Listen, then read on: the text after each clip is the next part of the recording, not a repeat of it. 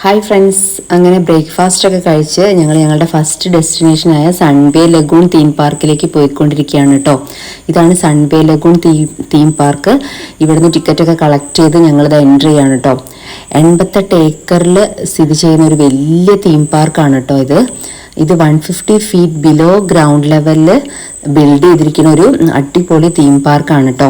ഇവിടെ കുറേ water parks, amusement park, man-made surf beach, കുറേ ത്രിൽഡ് റൈഡ്സ്, അതുപോലെ വൈൽഡ് ആനിമൽസ് ഒക്കെ ഉള്ള അങ്ങനെ കുറേ ഏരിയാസ് ഉള്ളൊരു നല്ല അടിപൊളി ഒരു തീം പാർക്കാണ് കേട്ടോ.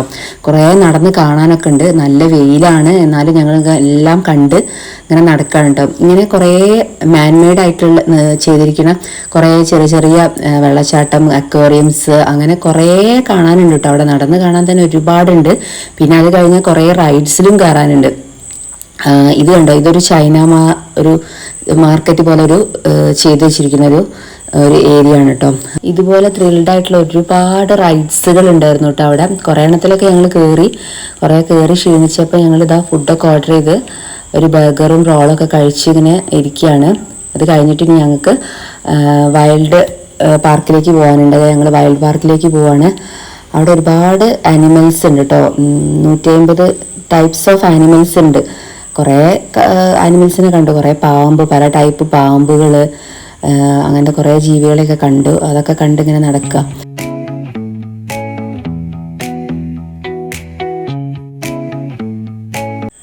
വളരെ പ്രത്യേകത തോന്നി വൈറ്റ് ടൈഗറിനെ കണ്ടു കേട്ടോ. അതിനെ ഫീഡ് ചെയ്യാനൊക്കെ പറ്റി. നടക്കുന്ന വഴിയിൽ ഇതുപോലെ നല്ല ഭംഗിയുള്ള സ്ഥലങ്ങൾ കാണുമ്പോൾ അവിടെ കുറച്ച് നേരമൊക്കെ ഇരുന്ന് റെസ്റ്റ് എടുത്ത് കുറച്ച് ഫോട്ടോസൊക്കെ എടുത്ത് അങ്ങനെയാണ് ഞങ്ങളിങ്ങനെ പോയിക്കൊണ്ടിരിക്കുന്നത്. പിന്നെ ഫോണിലാണെങ്കിൽ ചാർജും തീരാനായിട്ടുണ്ട്. ഇതാണ് മാൻമെയ്ഡ് സർഫ് ബീച്ച്. ഇവിടെ ഞങ്ങൾ കുറേ ടൈം സ്പെൻഡ് ചെയ്തു കേട്ടോ. ഒരുപാട് വാട്ടർ റൈഡ്സ് ഒക്കെ ഉണ്ടായിരുന്നു. അതിലെല്ലാം കയറി അങ്ങനെ 6:30 ആയപ്പോൾ ഞങ്ങൾ ടൈം കഴിഞ്ഞു. അതിനുശേഷം ഞങ്ങൾ തീം പാർക്കിൽ നിന്ന് പുറത്തിറങ്ങി. നെക്സ്റ്റ് പോയിക്കൊണ്ടിരിക്കുന്നത് മലേഷ്യയിലെ ഹിസ്റ്റോറിക് ലാൻഡ്മാർക്കായ ഫ്രീഡം സ്ക്വയറിലേക്കാണ്. പക്ഷേ ഞങ്ങൾക്ക് അവിടെ ഇറങ്ങാനൊന്നും പറ്റിയില്ല. അവിടെ എത്തിയപ്പോഴേക്കും നല്ല മഴയായിരുന്നു.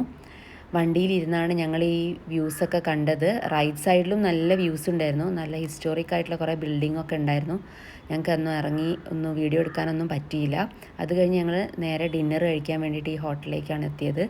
അവിടുന്ന് ഡിന്നറൊക്കെ കഴിച്ചു. താമസിക്കുന്ന ഹോട്ടലിലേക്ക് പോയി കേട്ടോ. അത് കഴിഞ്ഞ് ജസ്റ്റ് ഞങ്ങൾ കുറച്ച് നേരം റെസ്റ്റ് എടുത്തിട്ട് നൈറ്റ് വെറുതെ ഒരു വാക്കിന് വേണ്ടിയിട്ടൊന്ന് പുറത്തേക്ക് ഇറങ്ങി. അവിടെ അടുത്തുള്ള സ്ഥലങ്ങളിലൊക്കെ ജസ്റ്റ് നടന്നു കേട്ടോ.